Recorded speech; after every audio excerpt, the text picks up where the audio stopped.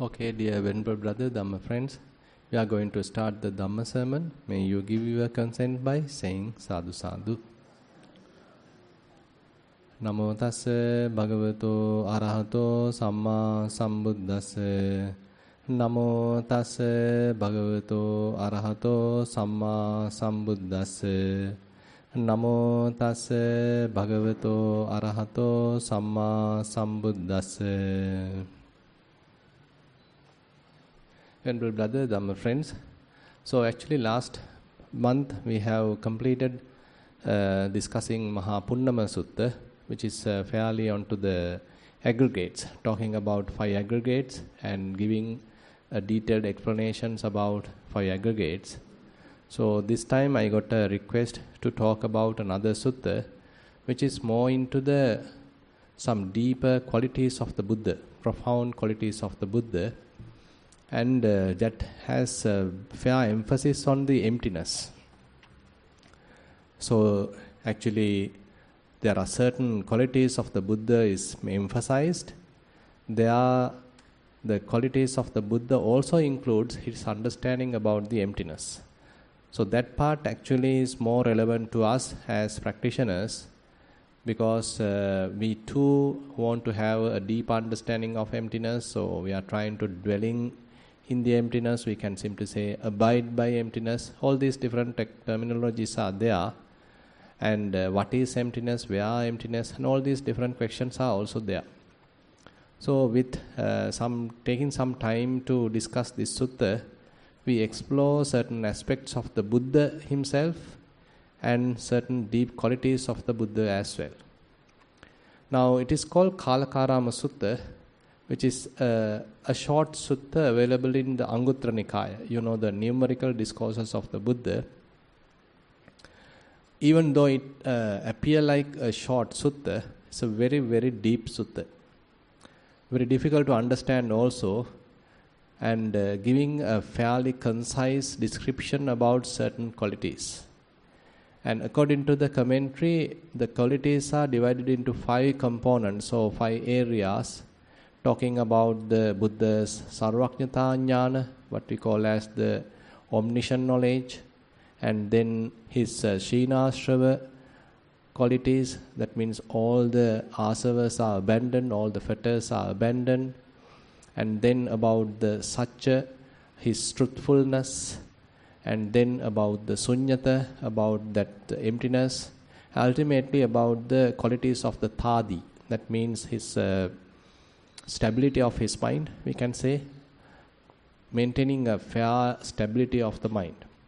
So likewise, this if we consider the structure of the sutta, according to the commentary, we can recognize it as these 5 components, so these 5 areas. So we are trying to go through them one by one. But before getting to that explanation, there's a fairly historical background to this sutta, and that's also fairly beautiful. And we can spend few minutes or even just today to discuss those historical background.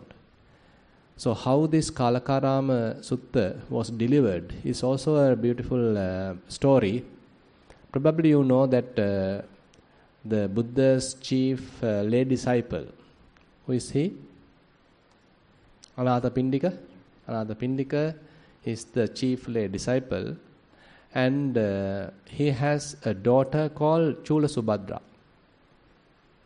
So this Chula Subhadra anyway unfortunately was married to a person who is far from her house, and again not a follower of the Buddha.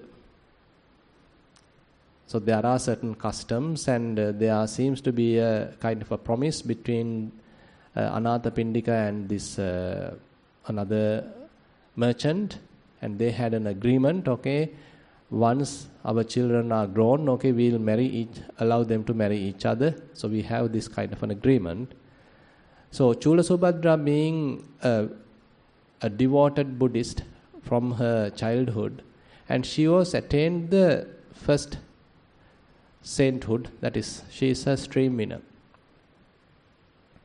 But unfortunately, she has to be married to a person who is little far and not a Buddhist.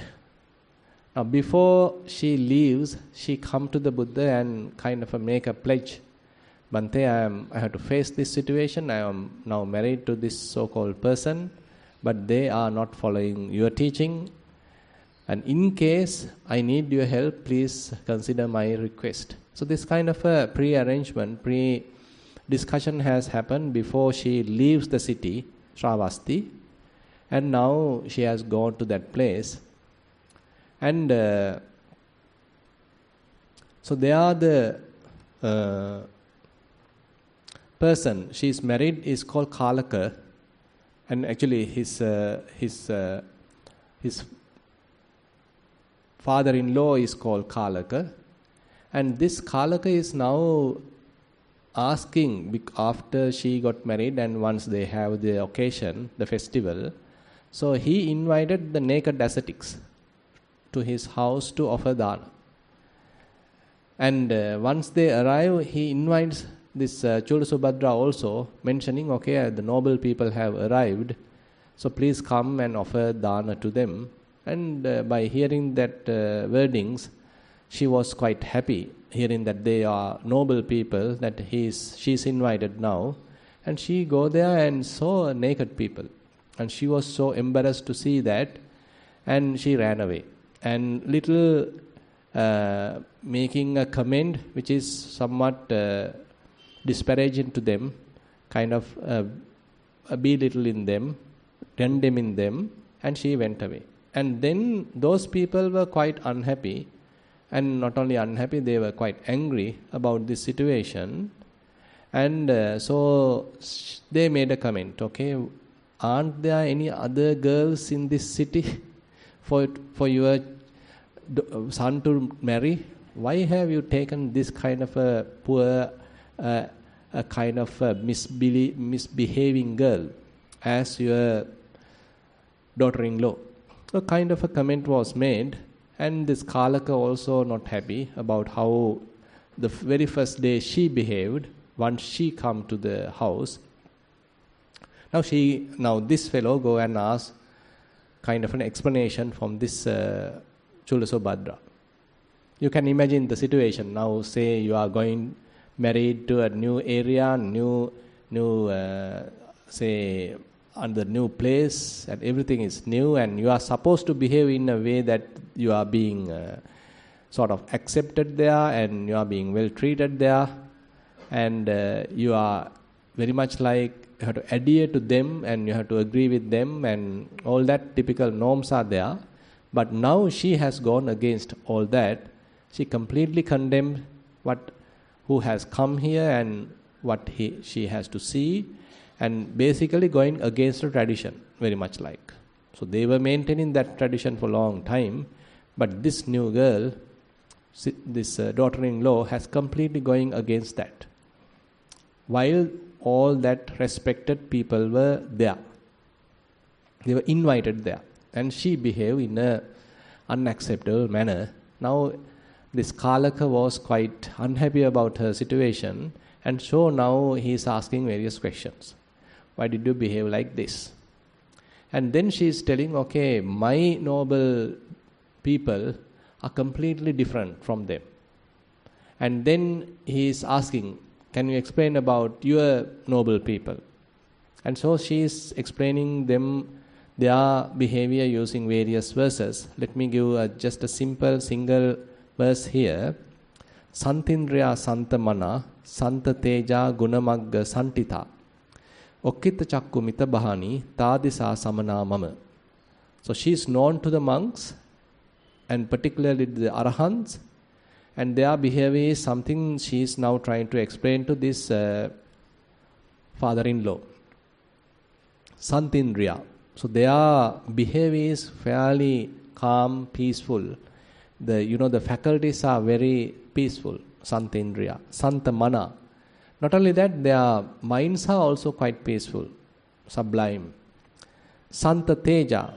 And they are, whatever the, say, strength and almighty, So that will being somewhat calmed down. So they are in a well restrained manner, even though they are whatever the caste or wealth or their power or any of those are there before they ordain, before they become monks. But now everything is calm, quiet, and fairly they are well behaving, well restrained. Gunamagga Santita, and they are well restrained in the qualities, good qualities, wholesome qualities. Okkitta Chakku. So when they are moving in the, say, village, so they keep the cast down eyes. So they are not looking around and misbehaving, but maintaining a fairly decent, polite manners.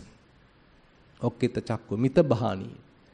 When they are talking also, they talk to the point, only the necessary amount, necessary words, not gossiping, not lying, and all that the speech related qualities are also to them. So this is how they are behaving. Tadisa samanamama. So my noble samanas, my noble teachers, my noble bhikkhus, monks are like them, are like this. So likewise now she is trying to defend why she is behaving in front of the naked ascetics like that, because she know better than this group of people. She is exposed to them, exposed to the higher kind of quality people. So that's why she was embarrassed to see this group of people. Now after hearing such that explanation, the Kalaka, the father-in-law, now is trying to give a kind of a challenge. Then shall we organize a dana to them also? Can you take the responsibility to that you are going to summon them, you are going to invite them? Okay, I'll take the responsibility. Now she is taking the responsibility. Okay, then invite them tomorrow. So okay, invite them tomorrow. Now that's a kind of a punishment. So she agreed, okay, now invite them tomorrow. Now what to do? Now she has accepted the challenge. Okay, now no much time left. Tomorrow is where going to be the things going to be organized. I am given the responsibility to invite the Sangha. Now she was quite a fairly devoted person and a wise person, the noble person also. Now she, being a devoted person, she pay respect to the Buddha, recite the verses and, reflected her sila, all that. And now taken flowers and throw to the sky, telling, okay, because of this, whatever the sila I use, I am protecting, because of the good qualities that I am, having, all that, if it is true, please take these, let these flowers go to the Buddha, invite them as an invitation, behave them as an invitation coming from Chula Subhadra. Let the Buddha understand my invitation, accept my invitation, come to my house, new house, with 500 arhants. So that's her determination. Now she throw the flowers. So at that time, interestingly, now Buddha was, preaching Dhamma in the Dhamma Sabha, in the audience, including Anathapindika. Now you know that during the evening time, typically Buddha preached Dhamma to the whole audience, including the monks and the lay people, and many come assemble to listen. And now Buddha is preaching certain Dhamma, and it is done, finished, the sermon is over.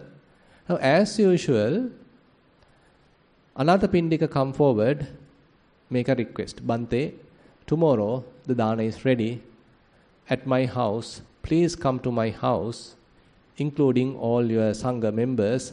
So please accept my invitation. Sorry.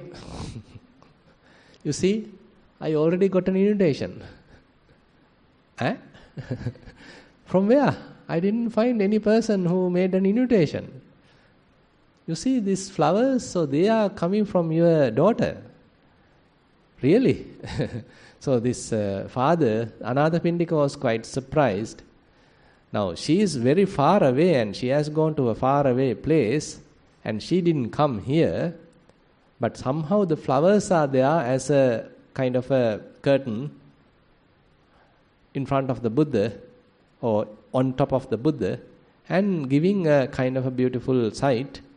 And now Buddha is telling, okay, I already got the invitation from Chula Subhadra. Now I can't accept your invitation because I already accepted it. She already made the invitation.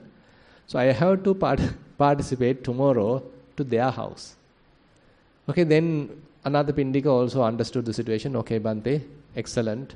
I'll also give all my support. So please help her. Please support her. Now everything agreed. Now interestingly, so Buddha also invited 5 great Arahants. So he also don't want to, take any risk. So he also invited 5 Arahants to go to the far place, which is completely into the wrong beliefs. So they are following not the Buddha's teachings, and they have never seen monks, and this is not a kind of a devoted area. Now Buddha wants to go there himself, including the monks. And I heard I don't know, maybe in the commentary, now the god Sakka also now found the situation and he prepared the vehicles for the Buddha and the Sangha to go there. And he invited Matali to prepare the vehicles. So they arranged all the vehicles, maybe Ferraris and all that. So everything is there. Now, next day, so they all reached there in a magnificent way. So they coming through the sky, it's a long distance. And Chula Subhadra and the audience, the other, Kalaka and everyone is waiting. And Chula Subhadra also waiting till the Buddha and the Sangha arrive. Now they come through the sky in a really magnificent way. So that sight itself make everyone astonished and really surprised. And now they arrived and they all are invited. So all the place is well prepared. Now Buddha and the Sangha is now respectfully sat down. And now Kalaka and Chula Subhadra, everyone offered the dana, the alms, and Buddha accepted it. After eating, now Buddha preached Dhamma, and interestingly, this Kalaka also became a Sotapanna. And now he wanted to offer a land to establish a monastery. And there he offered a land, and then a monastery being built, and now they have what we call a Kalakarama. That monastery is called Kalakarama. And now certain monks also there, particularly Buddha also spent some time there, and certain others who were in the gathering who were so delighted and so faithful about what is going on. And some of them, the same residents, that the residents of that particular area, they also gone forth and they also became monks. And now they are practicing. And one day, they were discussing about the Buddha's qualities. How beautiful, how surprising that Buddha has converted all these people to devoted Buddhists who are really practicing, and we ourselves are not following his teaching. We ourselves were going astray at different faiths, but we all were able to understand. Now we given up all that and we have become faithful Buddhist monks. And how beautiful it is that Buddha has done such a thing where this whole city was following completely different wrong faiths. Now this whole area has become really devoted Buddhists. How magnificent it is. So this kind of discussion is there among the monks. So by that time, Buddha was almost about to reach the place to advise the monks, and he was listening to their discussion, and he now arrived the place. And he, as usual, he asked from the monks, okay, before I arrive, so what is the kind of a discussion that you were doing which I have disturbed like? And then they reply, okay, Bhante, we didn't discuss anything wrong, we didn't discuss something different, but we were thinking about your own qualities. How surprising, how beautiful, how wonderful that you have turned all these to a devoted Buddhist. They were following wrong different faiths before this incident. Now everybody is so happy, so faithful. They have become really developing the Sila Samadhi Panya. We ourselves have become monks, and it's a so beautiful thing which has happened, and we were talking about that. So at that moment, Buddha knew, okay, if I deliver a sermon which is particularly highlighting further sublime qualities, really profound qualities of the Buddha, then these people will be further uplifted, further happy, and they may be able to even go beyond their current understanding. So that is the way, so Buddha thought to deliver the Kalakarama Sutta. So at that audience where the monks were so happy, faithful about what has happened recently, done by the Buddha and the Sangha, and that audience is where Buddha is now delivering the sermon called Kalakarama Sutta, because it is delivered in the Kalakarama. The place is called Kalakarama since it is built by Kalaka. Now, and basically it is mentioned at the end of the sermon, 500 monks attained the arahantship. So it has become so profound and a beautiful sutta. Those are the results, ultimately what has happened. And then it is, according to the commentary, there are 5 times that the whole magnificent earth has trembled during the sermon. That is another sideline mentioned in the commentary. And these kind of historical incidents have happened to the Kalakarama Sutta during the Buddha's time. Now, in Sri Lanka also, we as Buddhists has a kind of a historical event happen in Sri Lanka, and probably you have heard about the Kalabuddha Rakkita. There is one ascetic called Satchaka during the Buddha's time, and he actually challenged the Buddha. Okay, he came to argue with the Buddha, and ultimately he was defeated. And information are there in Chula Satchaka Sutta, Maha Satchaka Sutta, different suttas are there. In the Maha Satchaka Sutta commentary, some information is there. So what happened to this Satchaka? So he actually challenged the Buddha, and he actually came to argue with the Buddha, but ultimately defeated.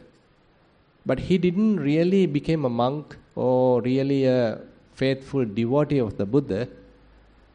But interestingly, after he passing away, where has he born? Any idea? In Sri Lanka, yeah. And later he became a monk, and he is called Kalabuddha Rakkita. So this is information available in the Mahasatchaka Sutta commentary. It's written. So written information are there in the Mahasatchaka Sutta commentary.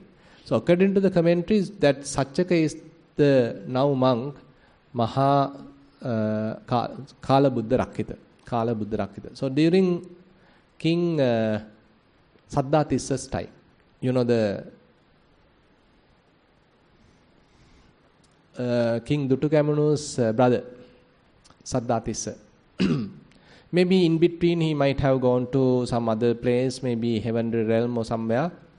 So somehow during this King Saddhatissa's time is where Venerable Kalabuddha Rakkita is now being a monk, an arahant, delivering a sermon using Kalakarama Sutta during the, Black Moon Day.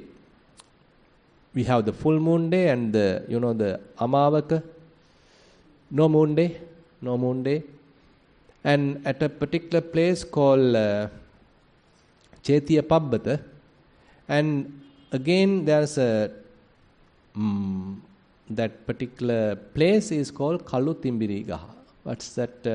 A black timbaru tree.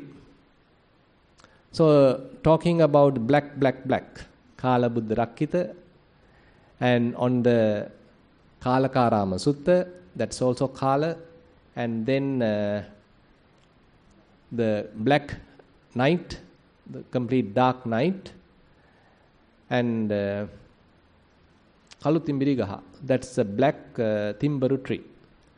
So because of these incidents, kind of coincidence, it has become somewhat interesting. And now he started delivering the sermon using the Kalakarama Sutta. In the middle, or almost after started it after a while only king arrived.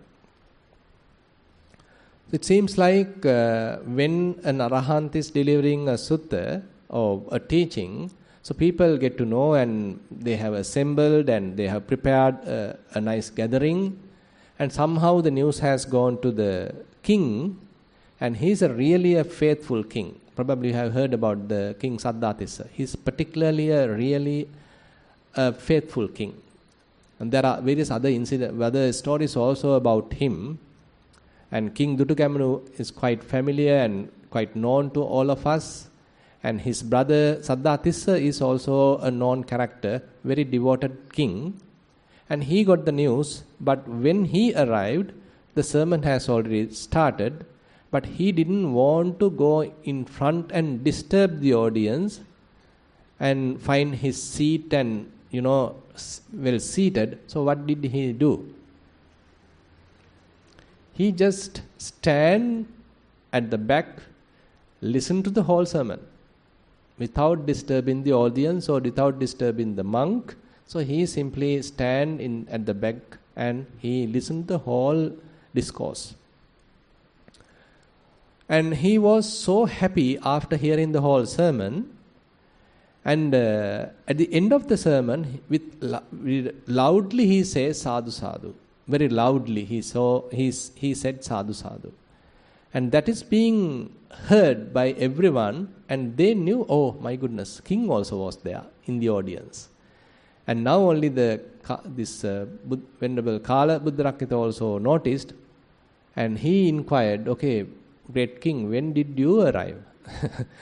Bhante, just after you started, I arrived, but I didn't want to disturb. Okay, I was listening to you all this night, all this time. King, you have done a great thing, because you being the king, you are not exposed to this kind of a thing, during the whole night, standing posture, listening to Dhamma by the king. Not typically done by the kings, but you have done that kind of a sacrifice in a way. And then the king is asking, Bhante, is this all the qualities of the Buddha that you have preached? Are there more? You have all this night you have delivered a sutta talking about the sublime qualities of the Buddha. Is it all? Have you completed it? What do you think? So, Venerable Kala Buddha Rakkita gives various similes to explain. One simile is that when a bird is flying on the sky, because of the wings, there is sunlight being blocked coming to the earth. You got the point, right? When a bird is flying through the sky, because of the wings of that bird, there is certain amount of sun rays being blocked, which does not come to the ground. Now Venerable Buddha Rakkita is asking, which rays are higher or more? Is it the amount of rays being blocked by the wings of the bird or the rest? What do you think? The rest, obviously, the rest is more and more, and what is being blocked by the wings of the bird is almost negligible. right? So what he's now trying to say? Why is he giving that simile?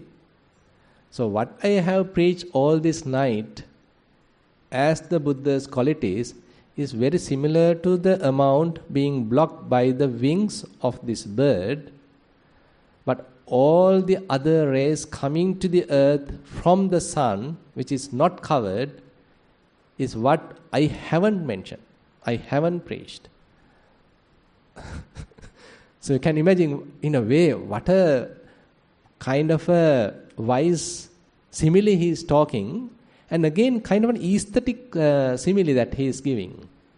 Very aesthetic. I mean, you know that in the old days, people are more into the environment. They are more into agricultural society, Sri Lankan, and people are more into this culture, traditional agricultural setup, and they know the typical examples. They are more into environment, and the great king can easily understand this simile, and so basically many such similes were there. So after hearing all that, King Saddhatissa was so happy, and what he offered as the gift to the Venerable, this whole kingdom, the whole Ceylon, whole Sri Lanka was offered to the monk. Bante, I have nothing much to give you. I am the king and I have this kingdom. I am offering it to you as the pirikara. And then Kalabuddharakkita Venerable is telling, okay, I accept it. Now I give it back to you. So you ran it properly, righteously. So I give it back to you. So this kind of an interesting incident has happened in Sri Lanka. For us also, the Kalakarama Sutta has that kind of a historical event happen in Sri Lanka. So that is one thing. And then I ask another question. Now probably you can remember how Buddhism came to Sri Lanka.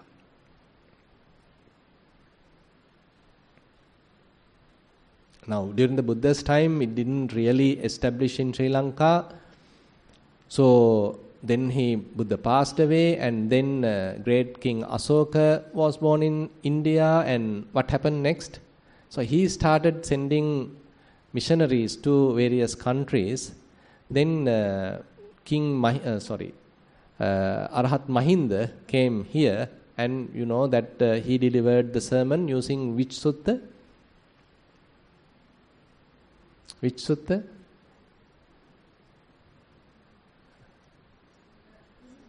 Chullahattipadopama Sutta. So he used Chullahattipadopama Sutta to explain Dhamma to King Devanampiyatissa and the others. So that is the very first sermon we as Sri Lankan heard. And then another interesting thing is King Asoka, he's sending another group of monks to the area called Yonaka. That is the Greece. In the historical time, it's the Greece. Sent to that Yonaka, and there the Arahant name is called Maharakkita. The Arahant Maharakkita.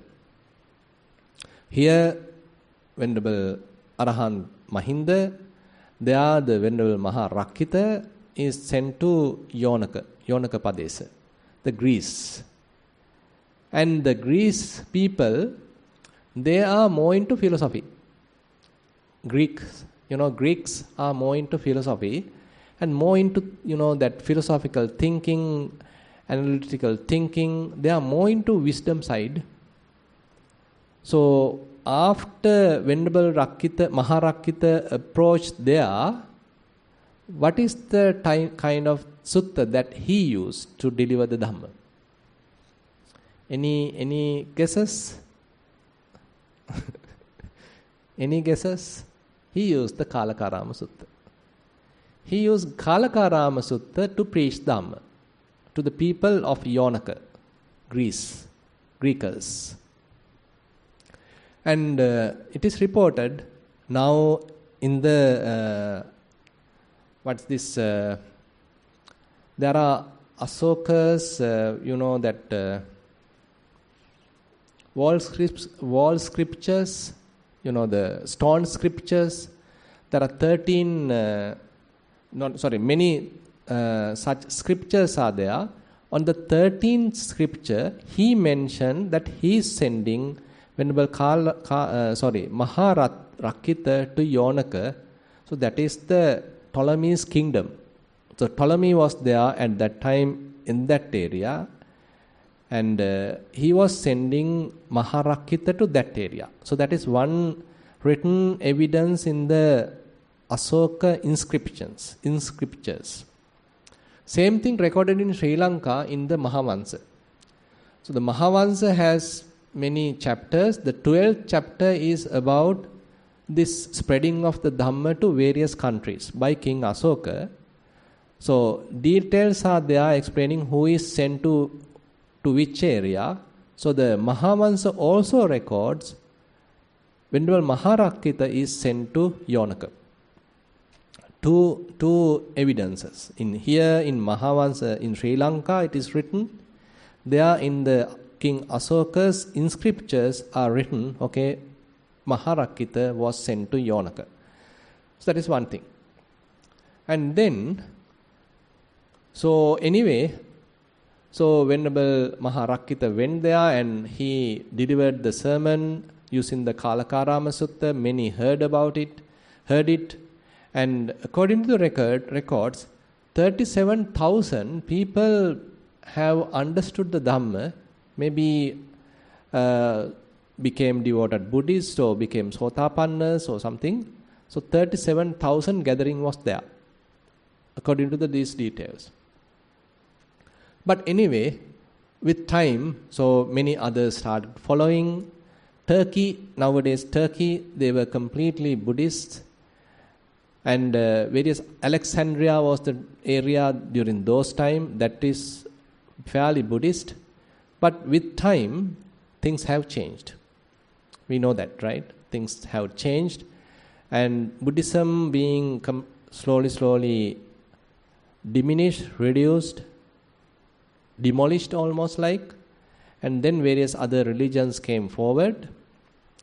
An interesting incident happened recently.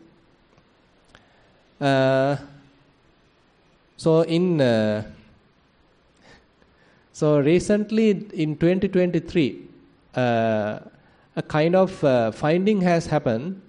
The finding was done by American and Polish archaeologists in the in the Red Sea. And that area is called Berenike. So Berenike is an Egyptian old port in the Red Sea, and they were doing excavations in that area, in that old port called Berenike in Egypt. And interestingly, they found a Buddha statue and another inscription, little stone inscription. So I invite Tusita to show that information. It's in the Wikipedia, in internet. So this Berenike Buddha statue. Can you see? Is it one?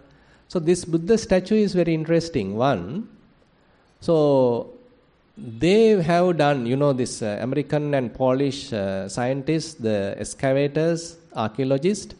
So they did this carbon test onto the material, and they found it belongs to very, very far and almost into 300 BC, before the Christ. 300 BC, before the Christ. That is very much like where the King Mahinda came here, and that time, King Asoka's time, closer to that time. The carbon test has proved that. And the material being used is not coming from far country, but from the same area. That the material used to carve this Buddha statue is from that same area of that Egypt, indicating that Buddhists were there. basically. So people were following Buddhism, and they have built this particular Buddha statue using the stones available in that area. It is not something taken from another country, from India or anything. Rather, they being the Buddhists, they built this Buddha statue using their own stones in that area. That is one thing. And there are other inscriptions also they found written in Sanskrit. So their language is not Sanskrit, obviously. But there are certain inscriptions written in Sanskrit also, not in this that is not here, but I don't know, it's maybe some other place mentioned. I found this in detail from YouTube, delivered by one lecturer from Sabaragama University. So he has done a fairly comprehensive research on these findings, and he has done a very good informative video. You can read it. It's in Sinhala, by the way. Very beautiful. He has gathered fair amount of information from various philosophers who lived at different times in Egypt and in that Alexandria. Now, one interesting such philosopher is called Philo. So, Philo, this information is available in a book called Philo of Alexandria. The book name is called Philo of Alexandria. And there the Philo is a philosopher who lived in 100 AD. That means this transition time, before the Christ, with the Christ. So this the beginning of the, what's that called? AD? Christuvarsha? Antodomini? What's something? Sorry? Maybe, I don't know, I can't remember. So 100 AD. So he lived that time. And this Philo, he makes very interesting comments in his book, this Philo of Alexandria. And he's talking about a kind of a place called Therapoita. And he has visited there. The people there is very much unfamiliar to him. So this Philo is somewhere coming from a different country, and he anyway visited this particular place called Therapoita. The people there is somewhat not familiar to him, and he's talking about them, by the way, in his book. He's telling, okay, these people are not eating at night. And they are, the huts where they live are not very far, but only one individual live in their hut. Many huts are there. And they don't take food to their huts. And only few books are there in their huts, and huts are also very, very simple. They are not very luxurious kind of huts. They are very simple huts. And they don't take any food to their huts, and they don't drink wine. They only drink water if it is necessary, and they have only few requisites, particularly few books of their teacher. And they keep morality as one of their very, very important way of life. And while maintaining morality, they develop something. And they are not only that they are talking about the physicians, that physicians are talking or treating the bodily ailments. But these people are very much like physicians of the soul, according to his terms, physicians of the soul. So they are trying to heal their souls. Now, he's coming from a different faith. This is how he is interpreting. So these people are trying to heal their souls, not particularly worried about their, the health, the outer side, but they are so more concerned about their mental side. They are trying to heal themselves. And they spend a celibate life, completely celibate life. They protect sila, and they without any trouble, they were able to renounce everything. So before they become this kind of a category of people, they might have many wealth, whatever their belongings, but without much trouble, they were able to relinquish everything. And then they became these members of the Therapoita. And then they 2 times per day, they do a kind of a gathering and they do a kind of a worshipping. They worship their teacher, this so-called teacher. They worship 2 times per day. And they meditate. And they read scriptures, recite verses. And they do not take food to their kutis, and they only keep the books belong to their faith. Their food is very simple. They drink water, never drink white, and do not eat meat, do not eat before dawn. Now he has found a fairly comprehensive details about their livelihood, how they were living in this particular place called Therapoita. Now this Mr. Mahinda Patirana, who is the lecturer from the Sabaragama University, he made a really beautiful argument. Are these people coming from India belong to that Maharakkhita? Is this the place built by Venerable Maharakkhita, that very original people came from India, sent by King Asoka? They have established this particular place called Therapoita. This is a very kind of a valid argument he is making. And that is the area this Buddha statue was found. Beranike. So Beranike is the kind of currently an old port, harbor. There the Buddha statue was found. But the evidence coming from Philo, being a philosopher in very old era, and he is talking about a place where he visited in his different book called Philo of Alexandria, and he is talking about certain completely alienated kind of a group of people following a completely different type of religion. He is coming from a Islamic kind of a thing, and he is talking about this kind of people. So the kind of an argument is there.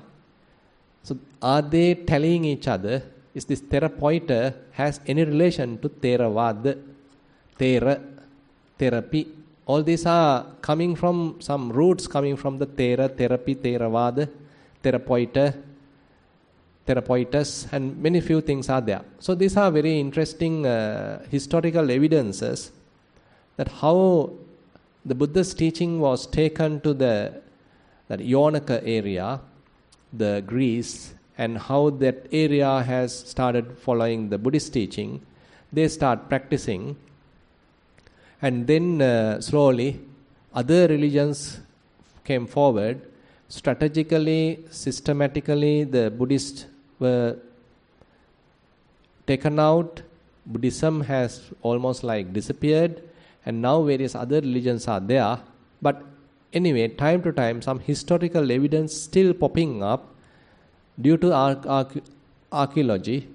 Different evidence are still popping up. So these are few interesting information we can find related to the Venerable Maharakkhita and the Kalakarama Sutta delivered during those days.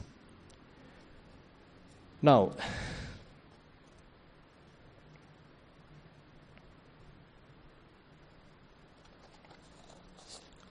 if we get into Kalakarama Sutta, so as I mentioned, so the first part is actually about the Buddha's kind of qualities.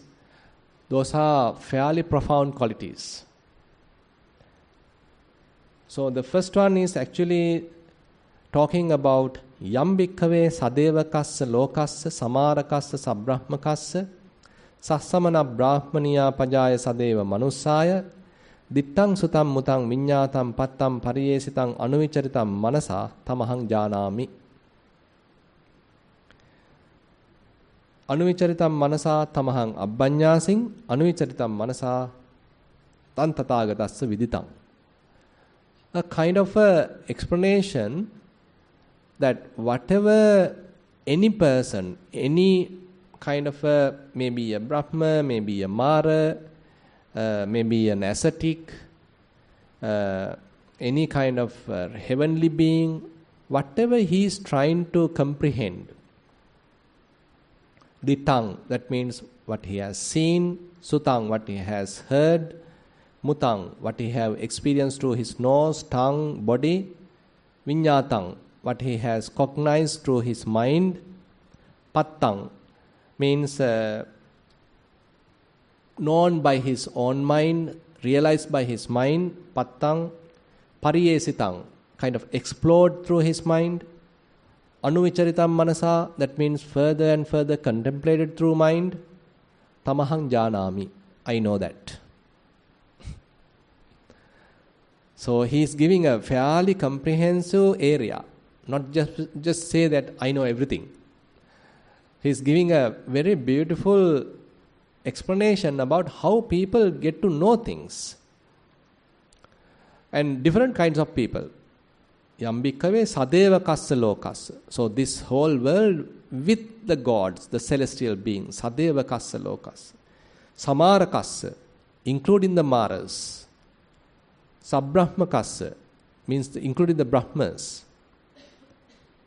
Sassamana Brahmaniya Pajaya, that means samanas are there. Brahmani, including other castes are there.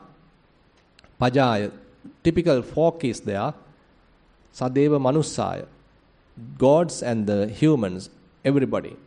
So you can see it's a comprehensive way of telling whatever the humans, whatever the gods, including the heavenly beings, Brahmas, Maras, everybody. If one of them has, through their eyes, has seen something, through their ears, if they have heard something, through their nose, they known something, through their tongue, they have tasted something, through their bodies, they have contacted something, through their minds, they have cognized something. And they are also giving a comprehensive explanation, telling dittang, sutam, mutang, viññātang, those are using the senses. Then pattang. Pattam means, so they have reached, after doing some analysis, they have reached to kind of a conclusion. That reached, pattang. Pariyesitang. So you can do a kind of a analysis within the mind. You do maybe a physical analysis, you do a kind of an experiment, or using your own mind, you can do a fairly comprehensive mental analysis, gathering of information and reasoning, logical thinking, all that are possible. So that is the pariyesitang. Anuvicharitam manasa. So anuvicharitam means you think this way, think that way, you proliferate even, and you think like this. All that I know. All that I know. And similarly, yambikave sadevakassa lokassa, samarakassa, sabrahmakassa, sassamana brahmaniya pajaya sadeva manusaya, dittan sutam mutang viññātam pattam parivesitang anuvicharitam manasa tamahang abbaññāsing. I know them properly. Not merely I know the typical way also I know, and again I know them more profoundly. And tan tathāgatassa viditang. That means I knew it. So a kind of a comprehensive way of explaining. So he has known things. Whenever he want to know, everything is known by him. So let's stop here, because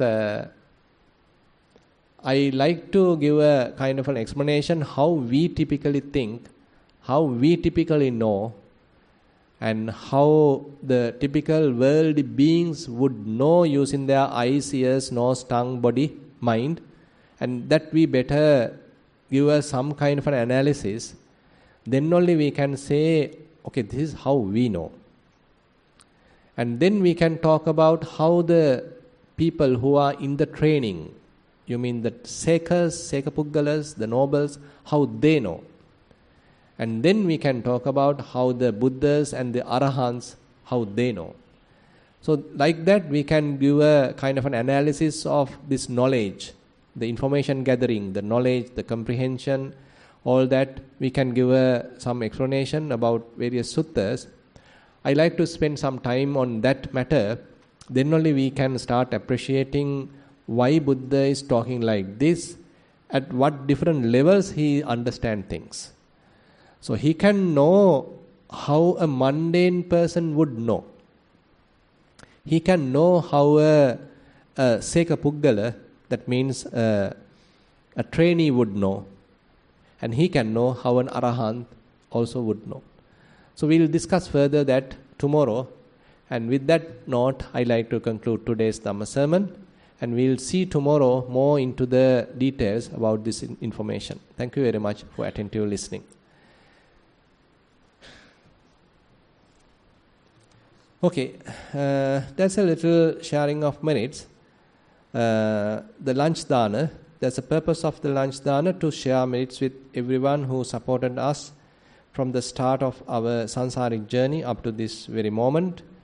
May the power of this wholesome deed help them and everyone of us to end this sansara very soon.